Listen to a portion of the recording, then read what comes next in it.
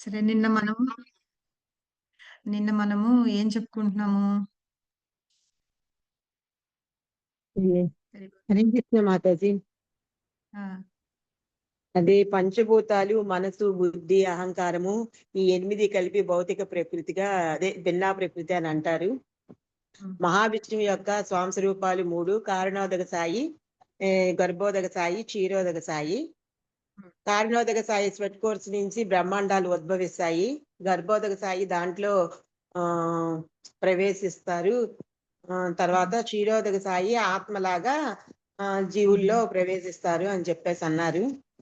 పరమాత్మ పరమాత్మ ఆ, సూపర్ సోల్ అంటాం. ఓకే? తర్వాత ఈ పరమాత్మగా మనసు, బుద్ధి అందరు ప్రతి ఆ జీవిలోనూ ఉంటారు. ఉంటారు. ఆ? ఈ ఉమ్, మనసు, బుద్ధి, అహంకారం అనేదేమో సూక్ష్మ శరీరము. ఈ పంచభూతాలతో ఈ జరిగిందేమో ఇది బయట దేహము.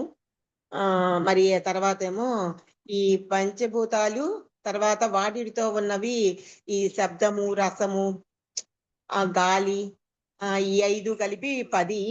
తర్వాత ఈ ఇంద్రియార్థాలును మళ్ళీ ఈ ఈ మనకు కాళ్ళు, చేతులు అవన్నీ నడిచాయి. ఈ మొత్తం ఈ 10, ఆ 10, 20. మనసు, బుద్ధి, ఉమ్, అహంకారము 23, ప్రకృతితో కలిపి 24 అని చెప్పన్నారు. ఆకాశంలో శబ్దం ఉంటది. గాలి ద్వారా శబ్దం వస్తుంది, స్పర్శ వస్తుంది. తర్వాత ఏమో భూమిలో నీటిలోనేమో టేస్ట్ ఉంటది, అగ్నిలోనేమో రూపం ఉంటది, భూమిలోనేమో గంధము ఉంటది, అది స్మెల్ ఉంటది అని చెప్పారు. అవును. సూపర్ మాతాజీ. అయితే ఇవన్నీ 8 ఎలిమెంట్స్ ఫస్ట్ చెప్పాం కదా. ఈ పంచభూతాలను ఈ 3 మనస్సు, బుద్ధి, అహంకారము, ఈ 8 భగవంతుని యొక్క శక్తి అన్నాం. ఓకే. ఆ, అయితే 2 శక్తులు చెప్పుకున్నాం మనం, పరాశక్తి, అపరాశక్తి. ఓకే. అపరాశక్తి. ఆ, ఈ పరాశక్తి నిన్న ఏమో ఆధ్యాత్మిక శక్తి అని చెప్పారు, అపరాశక్తి ఏమో కరెక్ట్. భౌతిక శక్తి అని ఈ చెప్పారు. ఇప్పుడు ఈ ఎలిమెంట్స్ ఉన్నాయి కదా అవి. అయితే నిన్న ఎవరో అడిగారు కదా నన్ను, మాతాజీ ఆ 24 ఎలిమెంట్స్ చెప్పండి చేయండి అని. ఇవే ఈ 24 ఎలిమెంట్స్ ఇక్కడ కనిపిస్తున్నాయి కదా మీకు. కరెక్ట్ గా కనిపిస్తుందా పెద్దగా? గ్రాస్ ఎలిమెంట్స్ కనిపిస్తుంది. ఇవి 5. ఈ 5 పంచభూతాలు. ఈ 5 పంచభూతాలు. ఇవేమో ఇక్కడ ఏం చేస్తున్నాం, చూస్తున్నాము, వింటున్నాము. ఇంద్రియాలు. నాలెడ్జ్, జ్ఞానేంద్రియాలు. జ్ఞానేంద్రియాలు. జ్ఞానేంద్రియాలు కళ్ళతో చూస్తాము, చెవులతో వింటాం, ముక్కుతోటి స్మెల్ చేస్తాం, నాలుగుతోటి రుచి చూస్తాం, ఇది స్పర్శ. ఇవేమో వర్కింగ్ ఆర్గాన్స్ అంటే కర్మేంద్రియాలు. కర్మేంద్రియాలు. కర్మేంద్రియాలు నోటితోటి మాట్లాడతాము, కాళ్ళతోటి నడుస్తాము, చేతులతోటి పని చేస్తాము. ఇవేంటంటే మన శరీరంలో ఉన్న వేస్ట్ ని పంపించే ఆర్గాన్స్ అన్నమాట. ఇవాక్యుయేటింగ్ ఆర్గాన్స్ అంటారు. ఇంకోటేమో రీప్రొడ్యూసింగ్ ఆర్గాన్. కనిపిస్తుంది కదా, గర్భంలో పిండం ఉంది, బేబీ. ఓకే. ఇవి రీప్రొడ్యూసింగ్ ఆర్గాన్స్ అంటాం అనమాట. ఇవి 5 కర్మేంద్రియాలు. తర్వాత మనస్సు, బుద్ధి, అహంకారం. నిన్న మాతాజీ వచ్చారా, వసుంధర మాతాజీ. మాతాజీ అన్నారు కదా అవ్యయం అని, దాన్ని అవ్యయం అన్నారు, అవ్యక్తం అంటారనమాట. ఇంకో దాన్ని వచ్చి ప్రధాన్ అంటారు. ఇదే ప్రధాన్ అన్నమాట. ప్రధాన్ అంటే ఏంటంటే అన్మానిఫెస్టెడ్ ఇమేజ్. ఏదైతే కనిపించకుండా ఉంటుంది చూసారా, అదనమాట. ఇవన్నిటినే ఈ 23 కలిపి, ఈ ప్రధానంతో పాటు కలిపి ఉన్నప్పుడు భగవంతుని దృష్టి, ఎవరు, కారణోదక సాయి దృష్టి వాటి మీద పడ్డప్పుడు అది మహత్తత్వంగా రూపాంతరం చెందుతుందన్నమాట. ఇక్కడ ఇంకా కిందకు వచ్చేటప్పటికి మనం ఈ పంచభూతాల్లో మనం అన్నాం కదా, శబ్దము, వాసన, టేస్ట్, ఇవన్నీ స్పర్శ, ఇవన్నీ ఉన్నాయని చెప్పాం కదా, ఫామ్ ఉంటుందని. ఇవి 5 అన్నమాట, objects of the senses. So ఇవన్నీ కలిపి 24 ఎలిమెంట్స్ అన్నమాట. ఓకేనా? ఈ పిక్చర్ నేను పోస్ట్ చేస్తాను మీకు, మన గ్రూప్ లో పోస్ట్ చేస్తాను. ఓకే. ఇవి 24 ఎలిమెంట్స్. ఓకే కదా? ఓకే మాతాజీ. తీసేనా? సో ఇవన్నీ కూడా ఏంటంటే భగవంతుని యొక్క న్యూన శక్తి, అంటే అపరాశక్తి అన్నమాట ఇవి. అయితే ఇప్పుడు మనం చదువుకోబోయే నెక్స్ట్ శ్లోకంలో ఏం చెప్తారంటే, అదే మనం నిన్న స్టార్ట్ చేసాం కదా ఆల్రెడీ. 7 భూమి రపోనాలో వాయు, అది నిన్న చదువుకున్నది, దానికి అది అనమాట. ఇందాక మనం చూపించుకునేవి అవన్నీ మూలకాలన్నీ అవంతా ఏతద్యోనీని భూతాని. న్యూన శక్తి అంటారు, అంటే ఇన్ఫీరియర్ ఎనర్జీ అంటారు, అవి భగవంతుడివి. ఇప్పుడు ఏంటంటే ఇది భగవంతుడికి ఇంకొక శక్తి గూడా ఉందని చెప్పాను గదా! పరాశక్తి. దాన్ని సుపీరియర్ ఎనర్జీ అంటారన్నమాట. ఆ సుపీరియర్ ఎనర్జీ ఎవరంటే ఈ భౌతిక ప్రకృతిలో ఉన్న ఈ ఎలిమెంట్స్ అన్నీ మనం అనుభవిస్తూ ఉన్న జీవుడు ఎవరైతే ఉన్నారో వాళ్ళు భగవంతుడి యొక్క సుపీరియర్ ఎనర్జీ. అంటే ఆయన పరాశక్తి అన్నమాట. ఆ శక్తి ఏంటంటే మనందరం ఎలాగా అంటే మనందరం భగవంతుని యొక్క పార్ట్ అండ్ పార్సెల్ అన్ని చదువుకున్నాం గదా! అదే అన్నమాట. అపరేయామితస్త్వన్నం ప్రకృతి విద్ధి మే పరాం. జీవభూత మహాబాహో యయేదం ధార్యతే జగత్. సో, ఇది మహాబాహుడైన అర్జునుడా ఇందాక చెప్పిన లాస్ట్ శ్లోకంలో 7.4లో చెప్పారు గదా! అన్యమైన న్యూన శక్తి ఏదైతే ఉందో ఆ భౌతిక ప్రకృతిని వాటన్నిటిని ఉపయోగించే జీవుడు ఎవరైతే ఉన్నారో వాళ్ళు నా ఉన్నతమైన శక్తి. ఉన్నతం అంటే సుపీరియర్ ఎనర్జీ అన్నమాట. పరాశక్తి. వాళ్ళు ఉపయోగించుకునే వాళ్ళు ఆ జీవులు ఎవరు అంటే నా పరాశక్తి అని చెప్తున్నారు. అలాగే మనం ఇది అంతా కూడా చదువుకున్నాం నిన్న. ఇక్కడ కొంచెం చూడండి. జీవులు దేవాది దేవుణ్ణి ఉన్నతమైన ప్రకృతికి చెందినవారు. ఉన్నతమైన అంటే సుపీరియర్ ఎనర్జీ పరాశక్తి అన్నమాట అని స్పష్టంగా చెప్పారు. ఈ భూమి, అగ్ని, జలము, వాయువు, మనస్సు, బుద్ధి, అహంకారం అవన్నీ ఏంటంటే భౌతిక పదార్థమైన న్యూన శక్తి. అంటే ఇన్ఫీరియర్ ఎనర్జీ అన్నమాట. అపరాశక్తి అని. సో, ఈ అపరాశక్తిని ఉపయోగించుకుంటూ ఉన్న మనం జీవులము భగవంతుడి యొక్క ఉన్నతమైన శక్తి అన్నమాట. అంటే సుపీరియర్ ఎనర్జీ అని చెప్తున్నారు. అలాగే భాగవతంలో ఒక శ్లోకం చెప్పారు అని చెప్తూ నిన్న మనం ఇక్కడ ఆపేసాం. అయితే మనం ఏం చేస్తున్నామంటే, ఆ ప్రకృతిలో ఉన్న శక్తులన్నీ ఉపయోగించుకుంటూ అంటే, ఆ భగవంతుని యొక్క ఇన్ఫీరియర్ ఎనర్జీని ఉపయోగించుకుంటూ మనం ఏం చేస్తున్నాంటంటే, భగవంతుడిని తెలుసుకోలేకపోతున్నాము అని చెప్తున్నారు. ఎందుకు అంటే, అన్నీ నాది, నేను అనే అహంకారం పోతూ ఉన్నాం కాబట్టి, మనం భగవంతుడిని తెలుసుకోలేకపోతున్నాంట. సో, ఇక్కడ భగవంతుడికి మరియు జీవులకి వాళ్ళిద్దరికి మధ్య ఏంటి భేదం ఏముంది అనేది శ్రీమద్ భాగవతంలో ఈ శ్లోకంలో చెప్పారట. అపరిమితా ధ్రువాస్తనుభృతో యది సర్వగతాన్ తర్హి నా శాస్యతేని నియమో ధ్రువనేతరాధా అజనీ చాయన్మయం తథా విముచ్యాని యత్రు భవేత్ సమామనో జానాతం యదమతం మతా దుష్టతయః. ఇది చదవండి ఎవరన్నా. నిత్యుడనైన హరే కృష్ణ నిత్యుడవైన ఓ మాతాజీ. దేవదేవ. దీని ట్రాన్స్లేషన్ చదవండి. హరే కృష్ణ మాతాజీ. చదవండి మాతాజీ. హరే కృష్ణ. నిత్యుడు అయిన ఓ దేవాది దేవ, బద్ధజీవులు నీ వలనే నిత్యులును మరియు సర్వ వ్యాపకులను అయినచో నీ ఆధీనములో వారెన్నడూను ఉండరు. ఉమ్, కానీ ఆ జీవులు ఉమ్, సూక్ష్మ శక్తులుగా అంగీకరింపబడుచున్న బడినచో వెంటనే వారు నీ పరమ నియంత్రణకు లోబడి యుందురు. కనుకనే జీవులు నిన్ను శరణు చొచ్చుటయే నిజమైన ముక్తి. అట్టి శరణాగతియే వారికి ఆనందమును చేకూర్చగలదు. అట్టి స్వరూప స్థితి యందు వారు ప్రకృతి నుండి విముక్తులు కాగలదురు. కనుకనే భగవన్నుడు మరియు జీవులను సర్వ విధములుగా సమానులై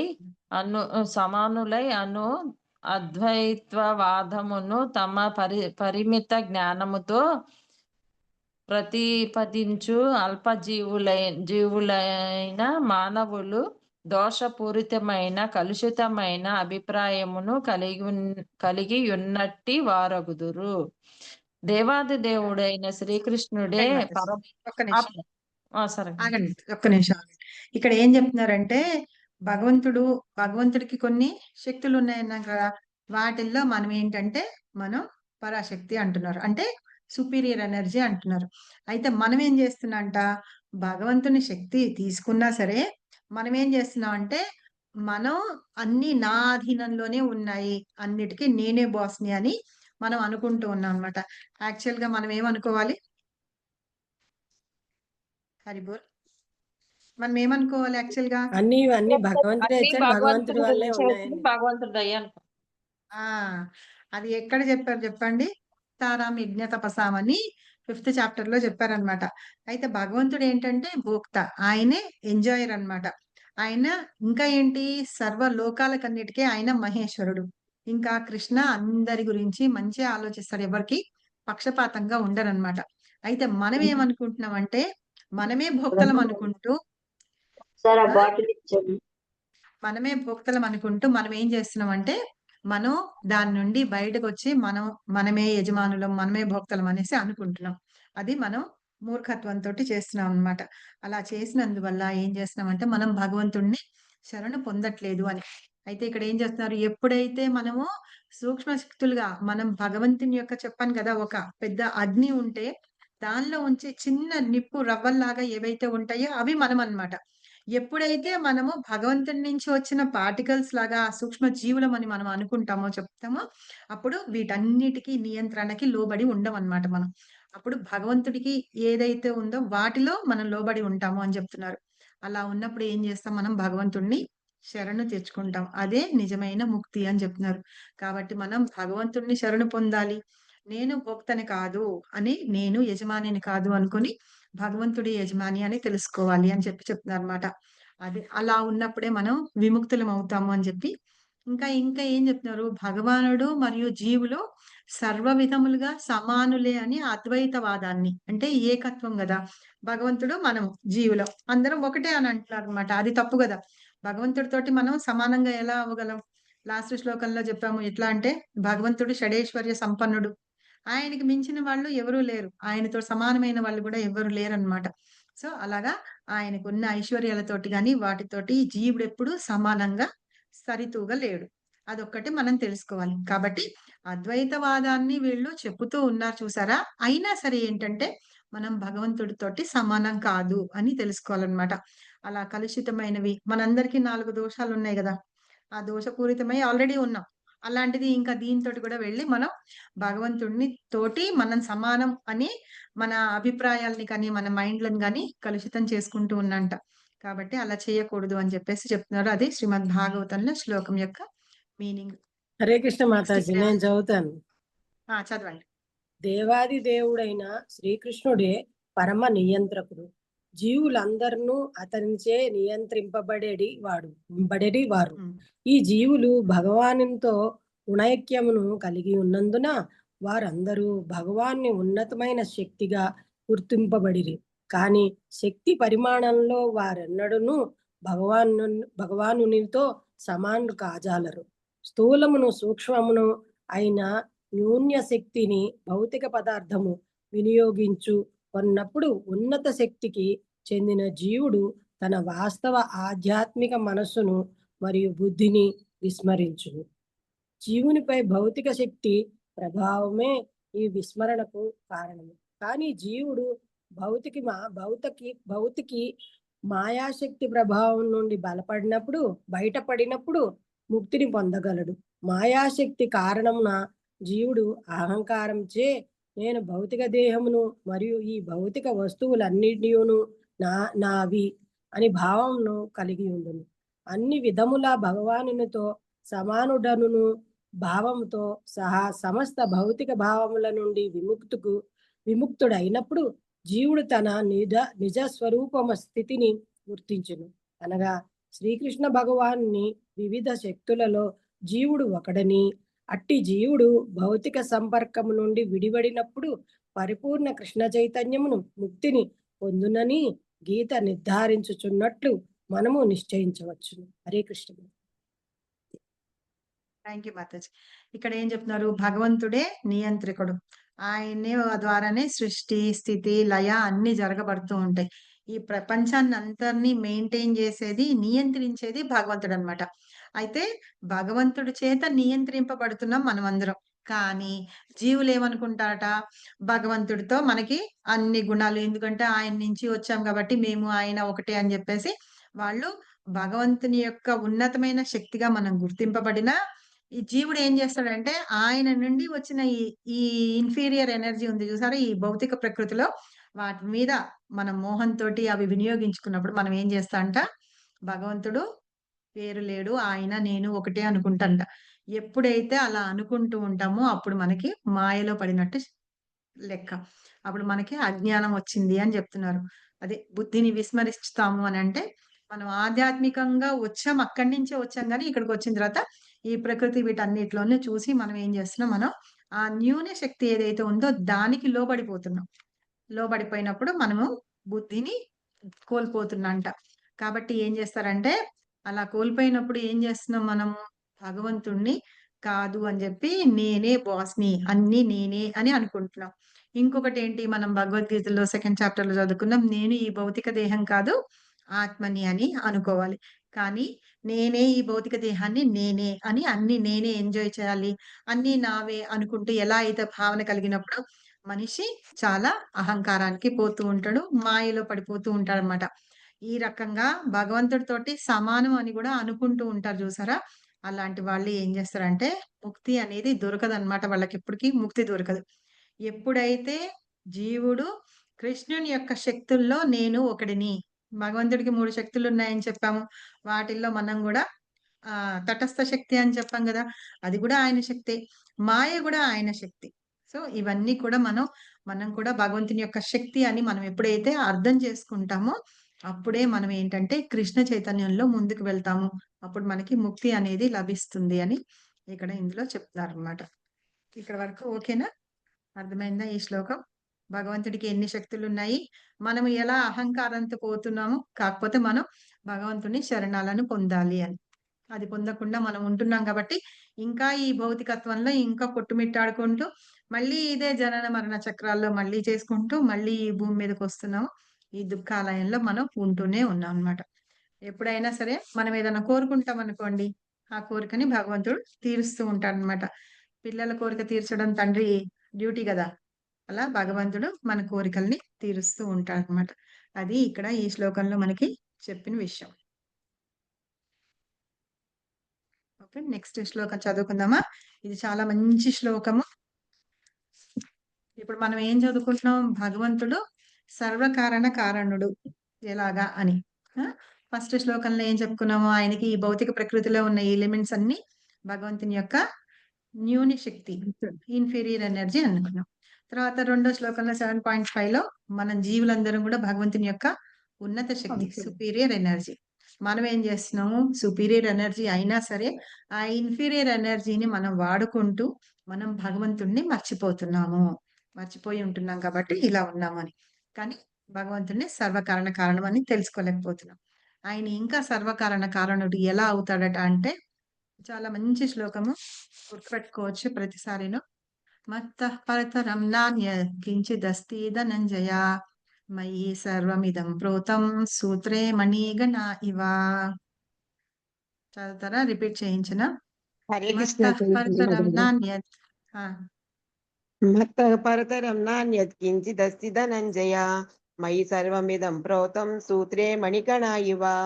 హరే కృష్ణ. హరే కృష్ణ మాతాజీ. హరే చదువు. కృష్ణ మాతాజీ. మత్త కృష్ణ. పరతరన్నాన్యత్ కించిదస్తి ధనంజయ మయి సర్వమిదం ప్రోతం సూత్రే మణిగణా ఇవ. హరే కృష్ణ మాతాజీ. మత్తః పరతరం నాన్యత్ కించిదస్తి ధనంజయ మయి సర్వమిదం ప్రోతం సూత్రే మణిగణా ఇవ. హరే కృష్ణ మాతాజీ. మత్త పరతరం నాన్యత్ కించిదస్తి ధనంజయ మయి సర్వమిదం ప్రోతం సూత్రే మణిగణా ఇవ. హరే కృష్ణ. హరే కృష్ణ మాతాజీ, నేను చదువుతాను. మత్తః పరతరం నాణ్యత్ కించిదస్తి ధనంజయ మయి సర్వమిదం ప్రోతం సూత్రే మణిగణా ఇవ. హరే కృష్ణ మాతాజీ. ఇంకా చదవండి. అనువాదము. ఓ ధనంజయ, చదవండి. నాకంటేను శ్రేష్టమైన సత్యం ఇంకొకటి లేదు. తారమునందు ముత్యములు కూర్చబడినట్లు సమస్తము నాపైనే ఆధారపడి ఉన్నది. హరే కృష్ణ. ఇంకెవరన్నా శ్లోకం చదువుతారా? ఓకే. ఇక్కడ ఏం చెప్తున్నారు? నాకంటే చదువుతారా మాతాజీ శ్లోకం? అవును మాతాజీ. చదవండి. మత్తః పరతరం నాన్యత్ కించిదస్తి ధనంజయ మయి సర్వమిదం ప్రోతం సూత్రే మణిగణ ఇవ. హరే కృష్ణ మాతాజీ. హరే కృష్ణ. ఇంకెవరైనా చదువుతారా? హరే కృష్ణ మాతాజీ. మత్తః చదవండి. పరతరం నాణ్యత్ కించిదస్తి ధనంజయ మయి సర్వమిదం ప్రోక్తం సూత్రే మణిగణ ఇవ. హరే కృష్ణ మాతాజీ. హరే కృష్ణ మాతాజీ. చదవండి. మత్త పరతరం నన్యత్ కించ నాణ్యత్. నాణ్యత్. ఆ. కించదస్తి ధనుంజయ మయి సర్వమిదం ప్రోతం సూత్రే మణిగణ సూత్రే మణిగణ ఇవ. హరే కృష్ణ మాతాజీ, నేను చదువుతా. చదవండి. మత్తరం నాన్యత్ కించిదస్తి ధనంజయ మయి సర్వమిదం పుత్రం సూత్రే మణిగణ ఇవ. హరే కృష్ణ మాతాజీ. హరే కృష్ణ మాతాజీ, నేను చదువు చదవండి.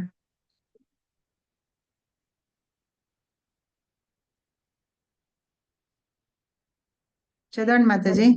మేడం చదవనా మాతాజీ? అయ్యో చదవండి. ఆవిడ సుజాత మాతాజీ చదువుతారు. మత్తరం నాన్యత్ కించిదస్తి ధనంజయ మయి సర్వమిదం ప్రోతం సూత్రే మణిగణ ఇవ. Hare thank you. Thank you Mataji. ఇంకెవరైనా చదువుతారా? సరే, అనువాదం చదువుదాం. చదవండి. ఓ ధనంజయ, నాకంటే నీ శ్రేష్టమైన సత్యం ఇంకొకటి లేదు. దారమున ముత్యములు కూర్చబడినట్లు సమస్తము నా పైననే ఆధారపడి ఉన్నది. హరే కృష్ణ మాతాజీ. ఇక్కడ ఏం చెప్తున్నారంటే అర్జునుడికి కృష్ణ ఏం చెప్తున్నారంటే ఓ ధనంజయ అంటున్నారు. అంటే ఏంటి ధనంజయ అంటే? ధనస్సు ధరించేవాడు, ధనుద్ధారుడు. ధనుర్ధారుడు. అందుకని ధనంజయ అని పిలుస్తున్నమాట. చెప్తున్నారు ఏంటి, నాకంటే శ్రేష్టమైన సత్యం ఇంకొకటి లేదు, నేనే. ఎట్లా అంటే, ఎలా కనిపిస్తానంటే, ఒక దారంలో పూసలన్నీ గుచ్చుతాం అనుకోండి, ముత్యాలు గుచ్చుతాం అనుకోండి, ముత్యాలన్నీ దగ్గర దగ్గరగా వచ్చిన తర్వాత దారం మనకి కనిపిస్తుందా? కనపడదు, కనిపించదు. ఆ మాతాజీ. దారంలాగా నేనున్నాను. ఏంటంటే ఈ పూసలన్నీ ఏంటంటే ఈ దారం మీద ఆధారపడి ఉన్నాయన్నమాట. కాబట్టి ఆ లోపల కనిపించకుండా ఉన్న దారాన్ని లాగా నేను ఉంటాను. ఈ మొత్తం ప్రపంచాన్ని అంతటిని నేను అలాగా కూర్చోబడినట్టుగా ఉన్నాను అని చెప్పి చెప్తున్నారు. నా మీద ఆధారపడి ఉంది అని. సో అట్లాగా భగవంతుడు కనిపించడట, కానీ అంతా మొత్తం ఈ జగత్తంతా భగవంతుడి మీదే ఆధారపడి ఉంది అని చెప్తున్నారు. సో ఇది పర్పట్ చదవండి. భాష్యం. పరతత్వము సాకారమా లేక నిరాకారమాను ఒక సామాన్య వివాదము కలదు. కానీ శ్రీ భగవద్గీతకు సంబంధించినంత వరకు పరతత్వం అనగా దేవాది దేవుడైన శ్రీకృష్ణుడే. ఈ విషయమే భగవద్గీతలో అడుగడుగున నిర్ధారించబడను. ప్రత్యేకించి ఈ శ్లోకంలో పరతత్వము సాకారము అని గట్టిగా చెప్పబడను. దేవాది దేవుడే పరతత్వం అని బ్రహ్మ సంహిత 5.1 కూడా నిర్ధారించను. అది ఈశ్వర పరమకృష్ణ సచ్చిదానంద విగ్రహ, ఆదిదేవుడు ఆనంద నిధి గోవిందుడు సచ్చిదానంద విగ్రహుడైన శ్రీకృష్ణుడే పరతత్వమైన దేవాది దేవుడు. నిస్సందేహంగా ఈ ప్రమాణములన్నీ పరతత్వమును సర్వకారణ కారణుడైన దివ్య పురుషునిగా నిరూపించను. కానీ నిరాకారవాదులు శ్వేతాశ్వతర రూపనిషత్తు 3.10లో తెలుపబడిన మంత్రమును ఆధారంగా చేసుకొని తమ నిరాకార వాదనను చేతురు. తతో ఎదుత్తర తరం తదరూపం మనామయం యా ఏది ద్విదుర మృతాస్తే భవన్యతేతరే దుఃఖమేవాపియంతి. ఈ భౌతిక జగత్తులో ప్రథమ జీవి అయిన బ్రహ్మదేవుడు దేవతలు మానవులు జంతువులలోకి అత్యున్నతనిగా భావింపబడుతుండెను.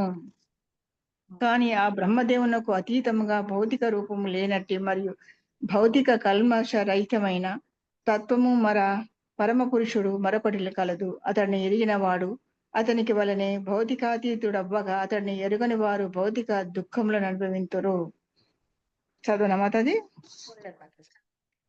నిరాకారవాది చెప్తున్నారంటే, థ్యాంక్ యూ మాతాజీ. ఉండండి ఒక్క నిమిషం. Thank you. సో ఇక్కడ ఏం చెప్తున్నారంటే, భగవంతుడు సాకారమా నిరాకారమా అంటే ఏంటి? సాకారమే, అంటే రూపం ఉంది కదా నిరాకారుడు. రూపం ఉన్న వాళ్ళు, రూపం లేని వాళ్ళు. ఇప్పుడు భగవంతుడికి ఆకారం ఉన్నదా లేదా? లేదు, ఆకారం ఉన్నది కదా. లేదు మాతాజీ. ఆకారం ఉంటుంది కదా. కృష్ణ పరమాత్ముడు మనకు కనిపిస్తున్నాడు కదా మాతాజీ. కరెక్ట్, వాళ్ళే చెప్పారే. ఎక్కడ చెప్పారు?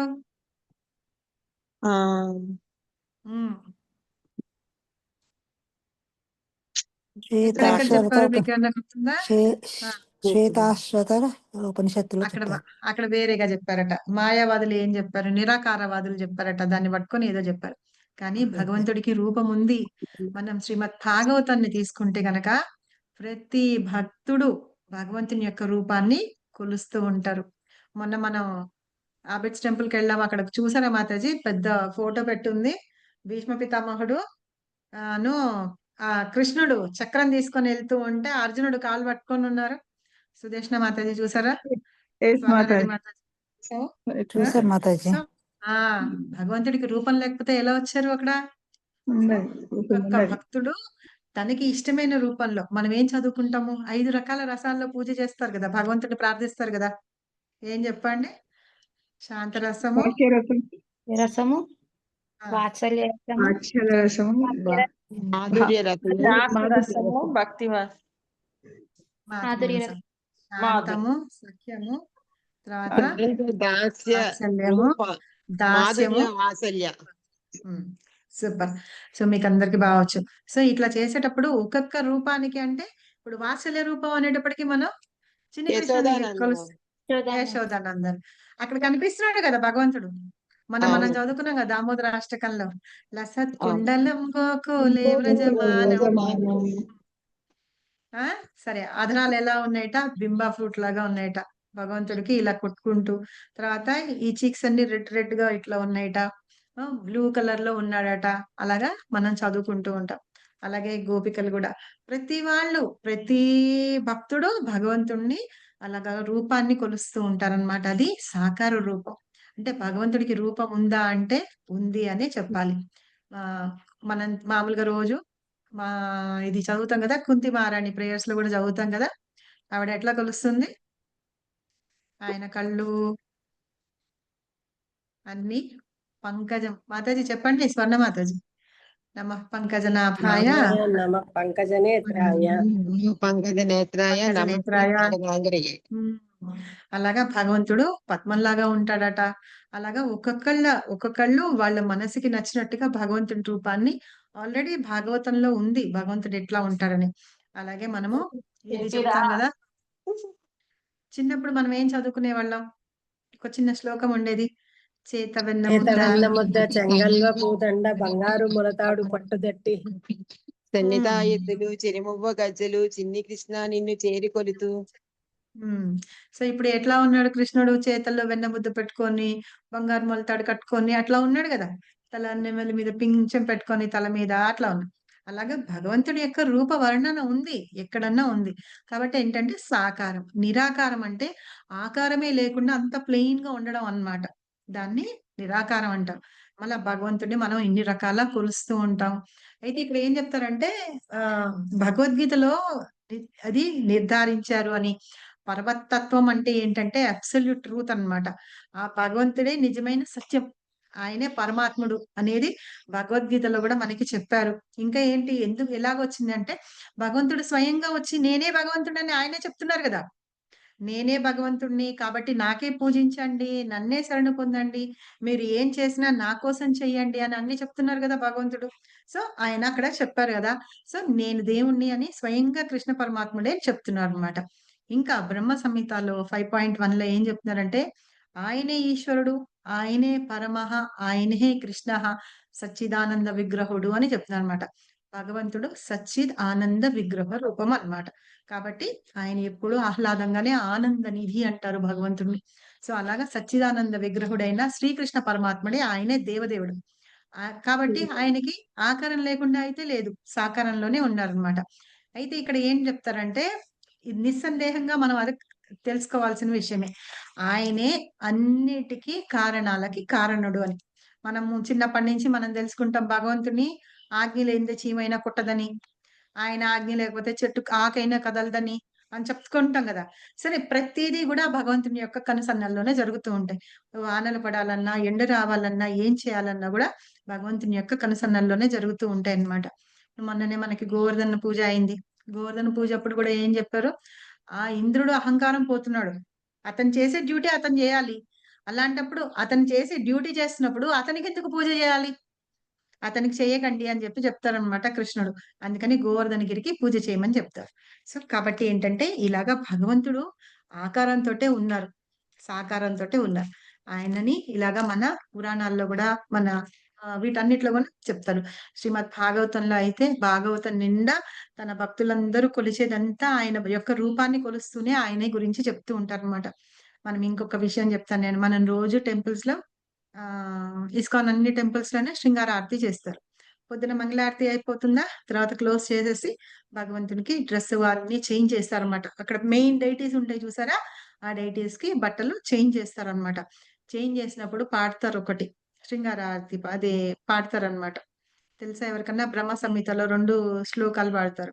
అక్కడ కూడా చెప్తారు. వేణుం క్వనంతమరవింద దళాయతాక్షం బర్హావతం సమసితాంబుద సుందరాంగం అని. ఆ ట్యూన్ వేరుగా పాడతారు. కందర్ప కోటి కమనీయ విశేష శోభం గోవిందమాది పురుషం తమహం భజామి. తర్వాత అంగనీయస్య సకలేంద్రియ వృత్తిమంతి అని ఇంకొకటి పాడతారనమాట. ఆ 2 కూడా. అంటే అక్కడ వేణు పట్టుకొని ఉంటారని, అరవింద దళాయతాక్షం అక్షులతోటి ఉంటారని, అలాగా భగవంతుడి యొక్క రూపాన్ని వర్ణిస్తూ ఉంటారనమాట. ఇది ఎవరు వర్ణించారంటే బ్రహ్మదేవుడు వర్ణించారు. ఎందులో చదువుతాం మనం ఇది మాతాజీ? బ్రహ్మ సంహిత. బ్రహ్మ సంహితలో బ్రహ్మ సంహితలో చదువుతాం. బ్రహ్మదేవుడు స్వయంగా చెప్పాడు భగవంతుడు ఎట్లా ఉంటారని. సో, కాబట్టి భగవంతుడు నిరాకారుడు కాదు, సాకారుడు అన్నమాట. సో, ఇవంతా తెలుసుకోలేక ఏం చేస్తున్నారంటే నిరాకారవాదులు చెప్తారట. శ్వేతోశ్వతర ఉపనిషత్తులో. కానీ నిరాకారవాదులు ఏం చేస్తున్నారట? శ్వేతోశ్వతర ఉపనిషత్తునందు ఒక మంత్రం ఉందిట. ఆ మంత్రంలో ఇది ఉందిట. తమ నిరాకారవాదాన్ని వాళ్ళు దీంతోటి ఈ శ్లోకంతోటి బలపరుచుకుంటూ చెప్తూ ఉంటారట. ప్రథమ జీవి అయిన బ్రహ్మదేవుడే ఈ భౌతిక జగత్తునందు దేవతలు, మానవుల కంటే అత్యుత్తముడిగా భావిస్తారట. అంటే కృష్ణుడు ఆయన దేవాది దేవుడు. ఆయనే అందరికంటే హైలో ఉన్నారు. ఆయనే అని చెప్పరట. అత్యున్నతుడు అని చెప్పరట. బ్రహ్మదేవుడు అని అనుకుంటారట. బ్రహ్మదేవుడు ఏంటి? బ్రహ్మదేవుడు కూడా జీవి అంటున్నాం కదా! ఆ జీవి కూడా ఎక్కడి నుంచి వచ్చారు? నిన్న మనం చదువుకున్నాం గర్భోదక సాయి విష్ణు నాభి కమలంలోంచి ఆయన ఉద్భవించారు. సో, అట్లాగా ఆయన ఫస్ట్ జీవి. ప్రప్రథమంగా వచ్చిన జీవి బ్రహ్మదేవుడు. ఆయనే ఈ భౌతిక జగత్తుకంతటికి కారణము అని అంటేను అది తప్పన్నమాట. నిరాకారవాదులు అలా అంటారట. నిజం చెప్పండి మనం ఇక్కడికొచ్చి ఈ భగవంతుని యొక్క అవతారాలు అవి తెలుసుకోకముందు మనం కృష్ణుడు మామూలుగా దేవుడు అనుకునేవాళ్ళం గానీ, బ్రహ్మదేవుడు పెద్దవాడు అనుకునేవాళ్ళం గదా! బ్రహ్మే సృష్టి, బ్రహ్మ సృష్టి, బ్రహ్మ సృష్టికర్త సృష్టి అని బ్రహ్మదేవుడే అనుకునేవాళ్ళం. అనుకునేవాళ్ళం. మనకి ఇప్పుడు కదా ఇక్కడికొచ్చి కృష్ణ కాన్షియస్‌లోకొచ్చి భాగవతం, భగవద్గీత ఇవి చదువుతుంటే కదా మనకు తెలిసింది. కృష్ణుడే అన్నిటికంటే మూలము ఆయన నుండి వచ్చాయని ఈ నిరాకారవాదులు గూడా అలాగే అనుకుంటూ ఉంటారట. కానీ ఆ బ్రహ్మదేవుడికి అతీతమైన భౌతిక రూపం లేటంటి భౌతిక కల్మషమైన తత్వము వేరేదుంది అని. అంటే ఆయన గూడా వచ్చింది గూడా వేరేది దాని నుంచి వచ్చారు. సరే ఇప్పుడు బ్రహ్మదేవుడు ఉన్నాడంటే ఆయన పుట్టుక ఎక్కడి నుంచి వచ్చింది? జీవి అంటున్నారు గదా! అయితే వీటన్నిటికి అతీతంగా ఉన్న ఇంకొక రూపం ఉంది అని చెప్పేసి తెలుసుకోలేకపోతున్నారట. కానీ ఇక్కడ చెప్తున్నారనమాట. సో, ఇంకా నిరాకారవాదులు ఏమంటున్నారట విందాం. మాతాజీ బ్రహ్మ సంహిత ఎందులో ఉంది మాతాజీ? బ్రహ్మ సంహిత సెపరేట్ గా ఉంది మాతాజీ బుక్. బుక్ ఉంది మాతాజీ. మనం రోజు ప్రేయర్ చేసే బుక్ లో కూడా ఉంది మాతాజీ. ఓకే. అంటే ఏదైనా ఉపనిషత్తులో ఉందా అని అలా ఏం లేదు. భాగవతంలో బ్రహ్మ ఉందా? సంహిత విడిగా ఉంది. మనం విడిగా రోజు ప్రేయర్ ఉపనిషత్తు చేసే మాత్రం. దాంట్లో కూడా ఉంది ఇవి. మాతాజీ అది కాదు ఆవిడ అడిగేది. ఇప్పుడు భగవద్గీత మహాభారతంలో ఉంది గదా! అలాగా బ్రహ్మ సంహిత ఎందులోన్నా ఉందా అని అడుగుతున్నారు. లేదు బ్రహ్మ సంహిత సెపరేట్ గా ఉంది. ఇది బ్రహ్మదేవుడు చెప్పాడు మాతాజీ. బ్రహ్మ సంహిత. బ్రహ్మదేవుడు పలికిందన్నమాట. ఒకరోజు మనం అది కూడా చదువుకుందాం. ఓకే. మధ్యలో ఒక రోజు అది కూడా చదువుకుందాం. తర్వాత ఇక్కడ చదవండి నిరాకారవాది ఉపనిషత్ నందలి అక్కడి నుంచి చదవండి.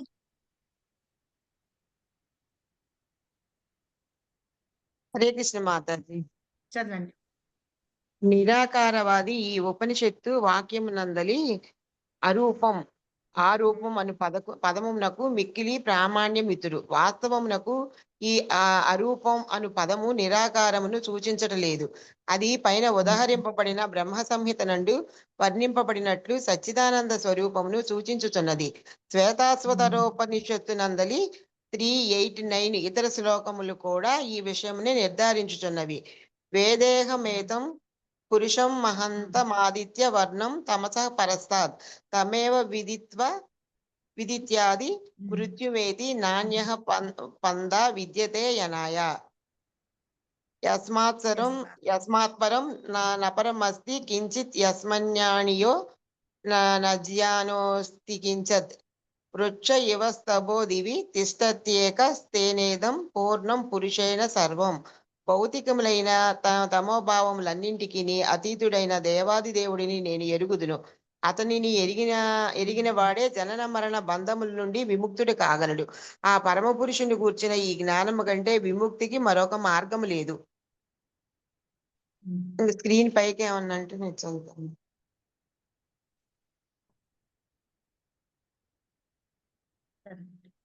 పరమ పురుషుడు దివ్యుడొకటే, అతని కంటేను శ్రేష్టమైన సత్యము మరొకటి లేదు. అతడే అణువు కంటే అణువు మరియు మహత్తు కంటేను మహత్తరుడు. అతడు మౌనముతో కూడిన వృక్షము వలె నిలిచి ఆధ్యాత్మిక జగత్తునంతటిని ప్రకాశింపచేయును. వృక్షము తన వేళను వ్యాపించినట్లు అతడు తన విస్తృతమైన శక్తులను వ్యాపింపచేయును. ఈ శ్లోకములను బట్టి పరతత్వం అనగా భౌతికము మరియు ఆధ్యాత్మికములనేది వివిధ శక్తులచే సర్వవ్యాపియుండు దేవాది దేవుడే అని ఎవరైనాను నిర్ణయింపవచ్చును. సో ఇక్కడ ఏం చెప్తున్నారంటే అరూపం అని చెప్తున్నారు అనమాట. అరూపం అంటే ఏంటంటే రూపం లేనిది అని కాదుట, రూపం ఉన్నది అని చెప్పడం అనమాట. సో నిరాకారవాదులు ఏం చెప్తున్నారంటే ఒక వర్డ్ కి 10 రకాల మీనింగ్స్ ఉంటాయి కదా, ఆ మీనింగ్ తోటి ఏదో తీసుకొని అరూపం అంటే రూపం లేనివాడు అని నిరాకార బ్రహ్మం అని చెప్పన్నట్టుగా అంటూ అక్కడ బ్రహ్మం అనేటప్పటికీ బ్రహ్మదేవుడే మెయిన్ అని చెప్పేసి చెప్తున్నారు అనమాట. కానీ ఈ అరూపం అనేది నిరాకారాన్ని సూచించట్లేదు. ఈ శ్వేతోత్తర ఉపనిషత్తులో ఈ శ్లోకం చెప్పారు కదా వీళ్ళు ఇక్కడ. ఈ శ్లోకం ఏంటంటే ఇది చెప్పట్లేదుట, రూపం లేదు అని చెప్పట్లేదుట, కానీ వాళ్ళు దాన్ని అలాగా తప్పుగా అర్థం చేసుకున్నారు అని చెప్తున్నారు. ఇంకా ఏంటంటే భగవంతుని యొక్క వ్యక్తిత్వాన్ని, అంటే ఆయన ఉన్నారు అనే దాని ఉనికిని చెప్పడానికి ఇంకా శ్వేతోత్తర ఉపనిషత్తులోనే ఈ 3 శ్లోకాలు కూడా ఉన్నాయట. ఈ 3 శ్లోకాల్లో ఏం చెప్తున్నారంటే మనం ఏం చేస్తున్నాము, భౌతికమైన భావనలతోటి వాటన్నిటికీ అతీతుడుగా ఉంటారు భగవంతుడు. ఆయనని మనం తెలుసుకోవాలి అన్నమాట. ఎప్పుడైనా మనం భగవంతుడి గురించి తెలుసుకోవాలి అంటే మనం ఏం చేయాలి, ఆయన శరణు పొందాలన్నమాట. ఆయన శరణు పొందందే ఆయన గురించి తెలుసుకోవడానికి కానీ వాటికి కానీ మనకి వీలు కాదు. అలా తెలుసుకున్న వాడు ఏం చేస్తాడంటే ఈ బంధాలు ఏవైతే ఉన్నాయో భౌతిక బంధాలన్నిటి నుంచి వాళ్ళు విడిపడతారట. ఈ జనన మరణ చక్రాల నుంచి కూడా విడిపడతారు అని. అలాంటి పరమాత్మని యొక్క జ్ఞానాన్ని మనం తెలుసుకున్నాం అనుకోండి, అప్పుడే మనకి ముక్తి అనేది దొరుకుతుంది అని చెప్పేసి. ఇక్కడ ముక్తి అంటే ఏంటంటే మనం ఇంకా ఏం చెప్పుకోవాలంటే భౌతిక బంధాల నుండి విడిపడడం అన్నమాట. సో అలాగా మనం భగవంతుడి గురించి మనం తెలుసుకోవాలి. ఈ భౌతికమైన బంధాల నుండి కూడా మనం ముక్తి కాగలుగుతాం. అలా అయినప్పుడు ఏం చేస్తాం, మనం భగవంతుని ధామానికి వెళ్తాం అన్నమాట. ఎక్కడి నుంచి వచ్చాం మనము, అక్కడి నుంచే వచ్చాం కదా, ఆయన ద్వారానే వచ్చాం, ఆయన నుండి వచ్చాం.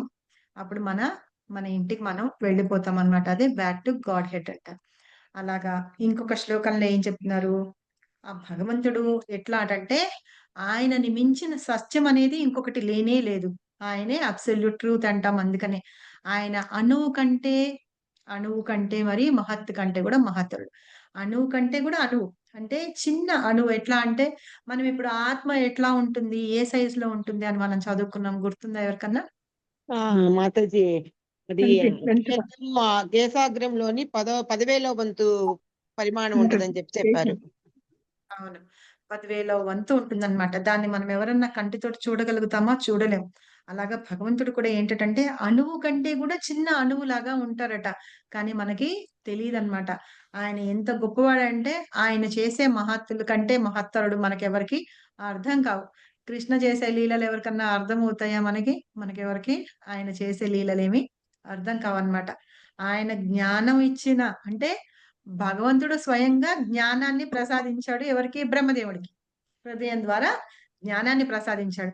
ఆ వేద జ్ఞానం అన్ని తెలుసుకున్న బ్రహ్మదేవుడే భగవంతుడిని చూసి ఎవరు ఈయన భగవంతుడా అనే డౌట్కి వచ్చేటంతకి వచ్చేసాడు.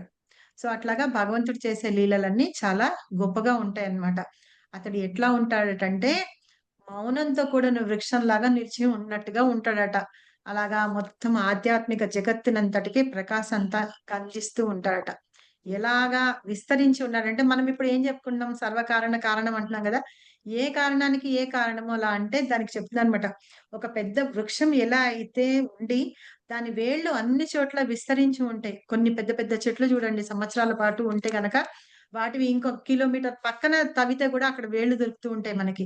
సో అట్లాగా భగవంతుడు అంతా మొత్తం ఈ సృష్టి అంతా వ్యాపించి ఉన్నారు తన శక్తులతోటి అన్నమాట. అది మనము అర్థం చేసుకోలేకపోతాం. ఎందుకంటే అజ్ఞానంతోటి ఉన్నాం కాబట్టి మనం అర్థం చేసుకోలేకపోతున్నాంట. కాబట్టి ఈ శ్లోకం ద్వారా ఏంటంటే మనము భగవంతుడు అన్నిటికీ కారణం ఆయనే. ఈ మొత్తం ప్రకృతి అంతా కూడా భగవంతుని మీద ఆధారపడి ఉంది అని చెప్తున్నారు. అలాగే ఆయన యొక్క శక్తులు అంతా వ్యాపించి ఉన్నాయి అని చెప్పి చెప్తున్నారు. కాబట్టి మనం దేవదేవుణ్ణి ఫలానా అని మనము నిర్ణయించడానికి మన శక్తి సరిపోదన్నమాట. ఎంతైనా మనం భగవంతుని యొక్క పరాశక్తి లాగా వచ్చినా సరే మనకి అన్లెస్ అంటిల్ మనం భగవంతుని యొక్క శరణు పొందందే మనకి భగవంతుడి గురించి తెలుసుకోలేము అన్నమాట. అలాగా ఈయన సర్వవ్యాపి అయి మొత్తం అంతా ఉన్నారు అని చెప్తున్నారు. ఓకేనా ఈ శ్లోకం?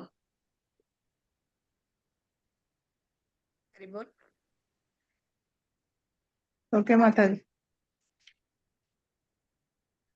ఎవరు చెప్పట్లేదంటే ఓకే సాటిస్ఫాక్షన్ మాతాజీ. లేదని అర్థమైంది మాతాజీ.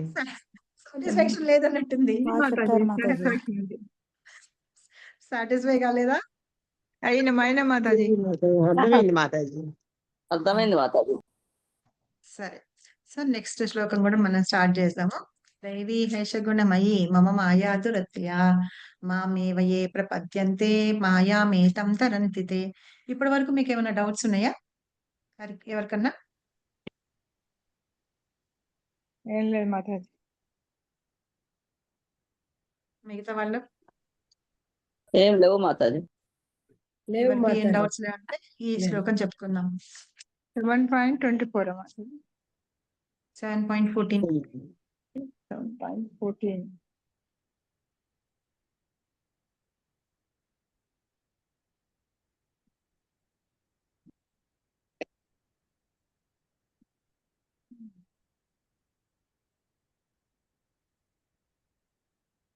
తర్వాత అన్ని మంచి మంచి శ్లోకాలు ఉన్నాయి. ఇందాక మనం చెప్పుకునేది మాత్రం భగవంతుని యొక్క అస్తిత్వాన్ని మన గురించి మనకి చెప్పడానికి అది ఆ శ్లోకము. తర్వాత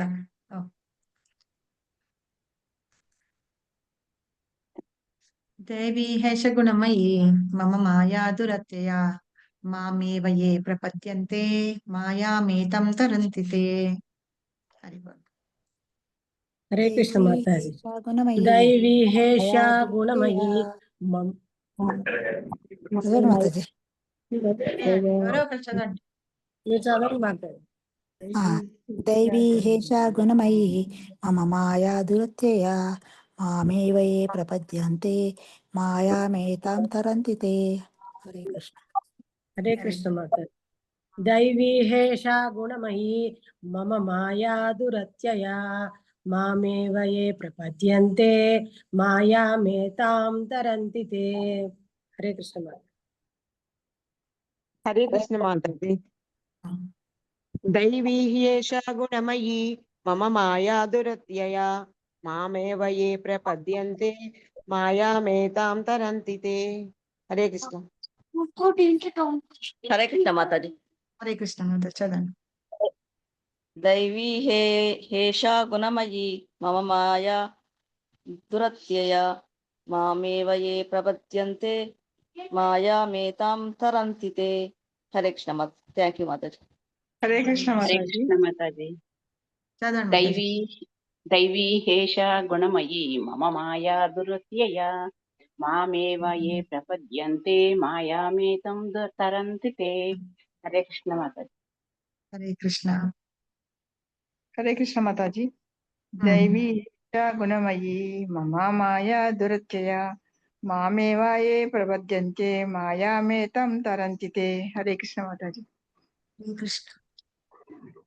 హరే ఇంకా కృష్ణ. ఎవరైనా చదువుతారా? చదవండి మాతాజీ. చదవండి. దైవీ హేషా గుణమయీ మమ మాయా దురత్యయా మామేవ ఏ ప్రపద్యంతే మా మాయామేతాంతరంతి తే. హరే కృష్ణ మాతాజీ. హరే కృష్ణ మాతాజీ. దైవీ మామేవ ఏ ప్రపంచంతే మాయామేతాంతరంతి తే. గీతాంజలి వచ్చి చదవండి. Okay madam. దైవీ హ్యేషా గుణమయీ మమ మాయా దురత్యయా మామేవా ఏ ప్రపద్యంతే మాయామేతాం తరంతి తే. Thank you madam. ఇంకెవరైనా చదువుతారా?